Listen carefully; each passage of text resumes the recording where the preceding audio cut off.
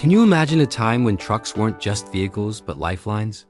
When a single breakdown could change the outcome of a battle, and every mile traveled meant surviving mud, snow, bombs, and enemy fire.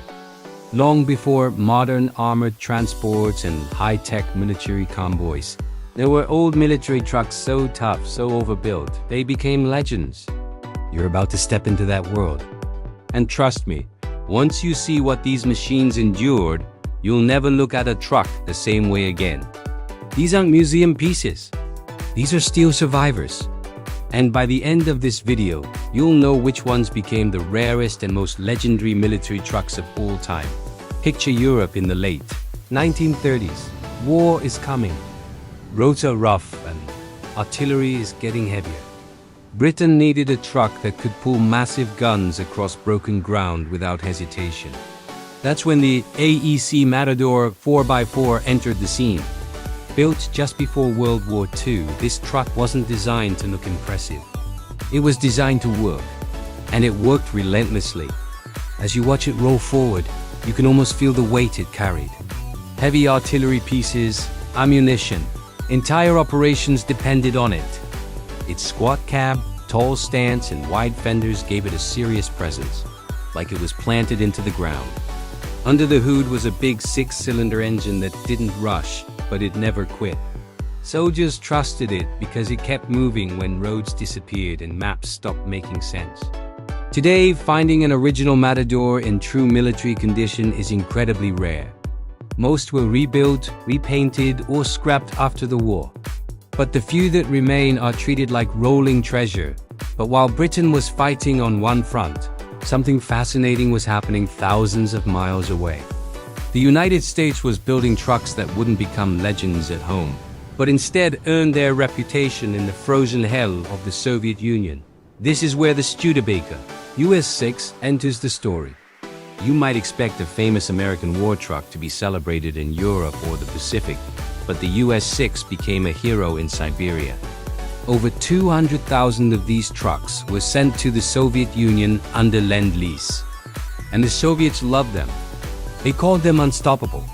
These trucks crossed frozen rivers, plowed through deep snow, and ran day and night in conditions that destroyed lesser vehicles.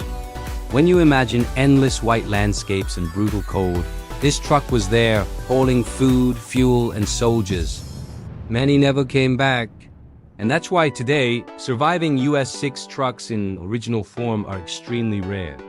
Each one feels like a time capsule from the coldest battlefields on Earth. Now, let's talk about a truck you've probably seen in war movies without realizing how important it really was. The GMC CCKW 353, better known as the Jimmy. This truck didn't just support the war. It was the war's backbone. If you landed on the beaches of Normandy, marched through Italy, or pushed across Europe, the Jimmy was there. Over 500,000 were built. But don't let that number fool you. Finding one today that still has its original military setup is surprisingly difficult. After the war, they were sold cheap, modified, and worked to death. But back then, this truck did everything. Troop transport, ambulance, fuel carrier, even mobile rocket launcher. Its sound, its smell, its rough ride became part of daily life for Allied soldiers. When you see one today, you're not just looking at a truck. You're looking at the vehicle that kept entire armies moving. But what happens when things go wrong on the battlefield? When tanks break down, when vehicles get stuck, when recovery becomes more important than speed. That's where the Scammell Pioneer comes in. This British giant didn't care about elegance or comfort. It was built for one brutal job: recovery. Imagine a tank crippled in mud under enemy fire. The Pioneer would roll in, hook up, and drag it back like it was nothing. Long hood, high cab, massive winch. Everything about it screamed strength. Soldiers trusted it because it didn't panic. It pulled when others failed. After the war, many Pioneers were converted for logging or heavy industry, which makes true military versions incredibly rare today. When you see one restored properly, it feels more like a mechanical beast than a truck dot. And then there's the American heavyweight that turned hauling tanks into routine work. The Diamond T 980 and 981 didn't just move equipment. They moved the heaviest weapons of the war. These trucks were massive, slow, and unbelievably strong. You didn't drive one fast. You drove it with purpose. Designed to carry Sherman tanks across continents, it looked more like a tank itself than a truck. When its diesel engine fired up, the sound alone demanded respect. Many were dismantled after the war because they were simply too specialized for civilian life. That's why today, seeing a complete Diamond T with its trailer is a jaw-dropping moment for collectors. But if you think these were the biggest and toughest, you're not ready for what's coming next. Because the next trucks on this list weren't just built for World War II. They were built for a world that feared nuclear war, endless cold, and total destruction. And that's where the story gets even more intense. By the time World War II was raging at full scale, military planners realized something terrifying. Artillery was getting bigger, armor was getting heavier, and normal trucks were no longer enough. The battlefield demanded machines that didn't just carry weight, but dominated it. That realization gave birth to one of the most intimidating American trucks ever built, the Mack nitrogen monoxide 7.5-ton 6x6. When you first see one, it doesn't look fast or elegant. It looks serious. Tall hood, narrow cab, massive tires. This truck was built to haul the heaviest guns in the American arsenal, including gigantic howitzers that could reshape the battlefield. Under its hood lived a huge gasoline engine designed for one thing: torque. You weren't racing anywhere in a Mack nitrogen monoxide.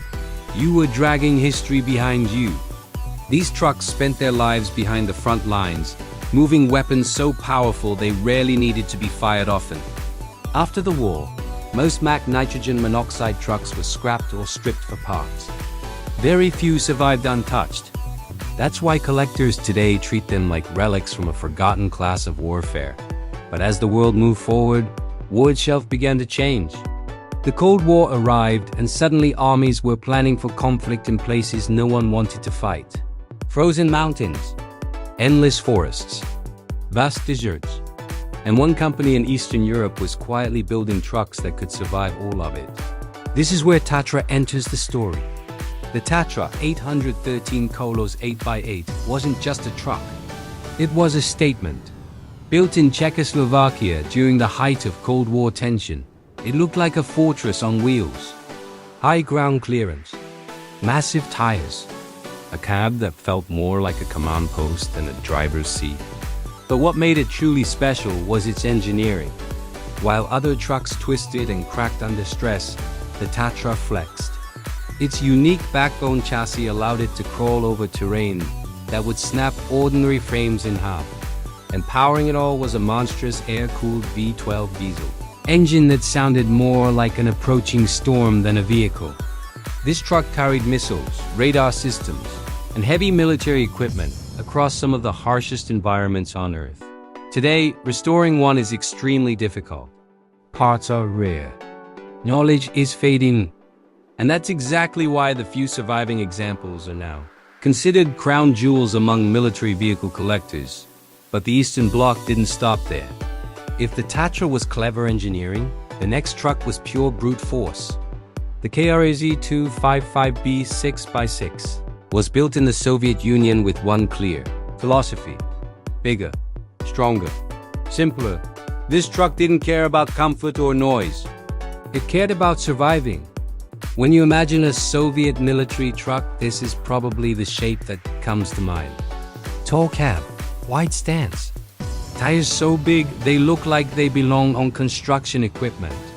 The KRAZ was designed to go anywhere: mud, snow, rivers, bombed out roads. It pushed forward without asking questions. Its V8 diesel engine was loud, thirsty, and unbelievably tough. Soldiers often said you could hear a KRAZ long before you saw it. And that sound meant supplies were coming, or heavy equipment, or reinforcements. After the fall of the Soviet Union, many of these trucks were abandoned, sold off, or destroyed. Finding a fully original KRAZ today is extremely rare, and prices continue to climb as collectors realize how important these machines were. And just when you think trucks can't get any more extreme, Germany enters the picture with a machine designed for speed, strength, and survival all at once. The MAN KAT-1 8x8 was built during the later Cold War years, when NATO expected fast movement across dangerous terrain. This truck was different. It wasn't slow and lumbering. It was fast, shockingly fast for its size. With full-time 8x8 drive, locking differentials, and a powerful diesel engine, it could move massive loads at highway speeds while still handling off-road conditions with ease. The cab was built to protect its crew from chemical and nuclear threats. This wasn't just a truck. It was part of a larger strategy. Most MAN KAT-1 trucks stayed in military service for decades, and very few were released to civilians. That makes original examples incredibly hard to find today. When one appears on the market, collectors from all over the world pay attention. But even with all that power, all that engineering, there was still one problem militaries faced: moving the biggest weapons of all, tanks, missiles, nuclear systems. And that problem required something truly outrageous. Something so large and powerful it bordered on unbelievable. And that brings us to a machine that doesn't just end this list, it defines it. Because the final truck on this journey wasn't just rare. It was legendary even among legends. Asterisk. Now you're stepping into a different scale of military thinking. This is where trucks stopped being support vehicles and started becoming strategic weapons. During the Cold War, the world wasn't just preparing for battles. It was preparing for the unthinkable: nuclear war. And to move the machines of that era, armies needed trucks that bordered on insanity. One of the most feared and respected of these was the MAZ 537 8x8. When you first see it, your brain struggles to process its size. This thing doesn't look real. It looks like a building that learned how to move. Designed in the Soviet Union in the late 1950s, the MAZ 537 was built to transport tanks, ballistic missiles, and mobile launch systems across impossible terrain. Under its enormous hood lived a massive V12 diesel engine originally based on tank technology. The sound alone was overwhelming. A deep, shaking rumble that you didn't just hear, you felt it. This truck could pull over 50 tons without hesitation. Frozen tundra, muddy forests, desert heat. It didn't matter. The MAZ went through it all. And today, owning one is almost mythical. Parts are scarce. Transporting it is expensive, and restoring one takes deep knowledge that very few people still have. But the MAZ wasn't alone. It was part of an entire generation of super-heavy military transporters built behind the Iron Curtain. Another monster that deserves attention is the ZIL 135, a truck so strange it still confuses engineers today. Instead of a normal drivetrain, it used two engines. One engine powered the left wheels. The other powered the right.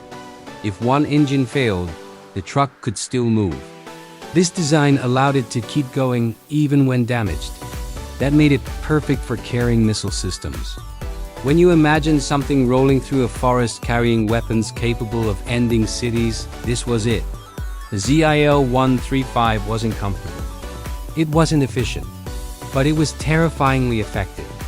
Very few survived after military service ended. And even fewer still run today. Now shift your attention back to Western Europe, where another legend was quietly shaping military transport. France introduced the Berliet T100, a truck so large it looked more like a science fiction machine than a vehicle. Originally designed for desert and oil exploration, the military quickly realized its potential. Massive tires, huge ground clearance, and an engine designed to handle extreme heat. The T100 was used in North African operations where normal trucks simply sank into sand. Only a handful were ever built. And today, it's one of the rarest military-capable trucks in existence. Seeing one in person feels like standing next to a prehistoric animal. You feel small. And that's exactly the point, but not all legendary trucks were massive. Some earned their place through reliability and adaptability. Take the Unimog 404, smaller than most vehicles on this list, but no less legendary. Built in Germany, the Unimog became famous for going anywhere. Mountains, snow, forests, the Unimog didn't overpower terrain. It danced over it. With portal axles and incredible suspension travel, it could climb and crawl where others failed. Militaries across the world adopted it. And while many were built, finding one today in untouched military condition is becoming harder every year. Collectors love them because they represent a different kind of strength. Smart design instead of brute force. Then there's a truck that almost no one talks about, but every expert respects. The Oshkosh M911, built for tank transport, this American giant carried Abrams tanks across continents. While it's more modern than World War II legends, it represents the final evolution of the old-school military truck philosophy. Massive diesel power, heavy-duty frame, pure function over form. As newer digital systems took over, trucks like this became less common. That makes early examples highly desirable among collectors who appreciate mechanical honesty. And yet, with all these machines, one truth becomes clear.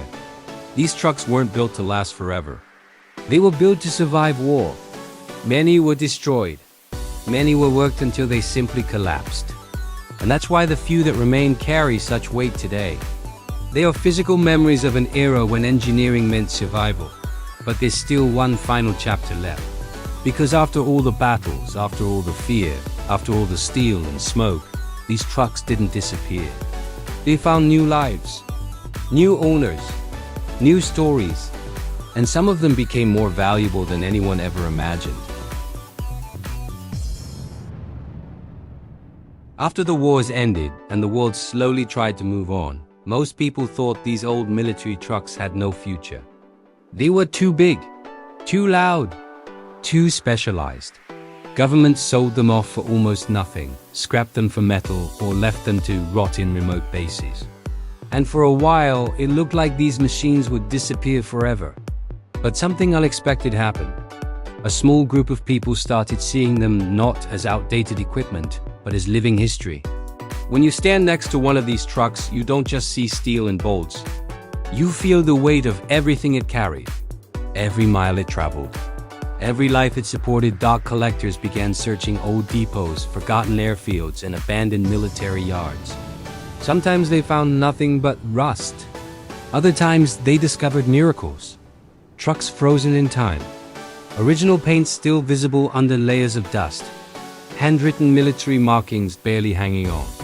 Restoring these machines wasn't easy. It often took years. Parts had to be fabricated by hand. Manuals had to be translated from faded documents. But the result was something powerful.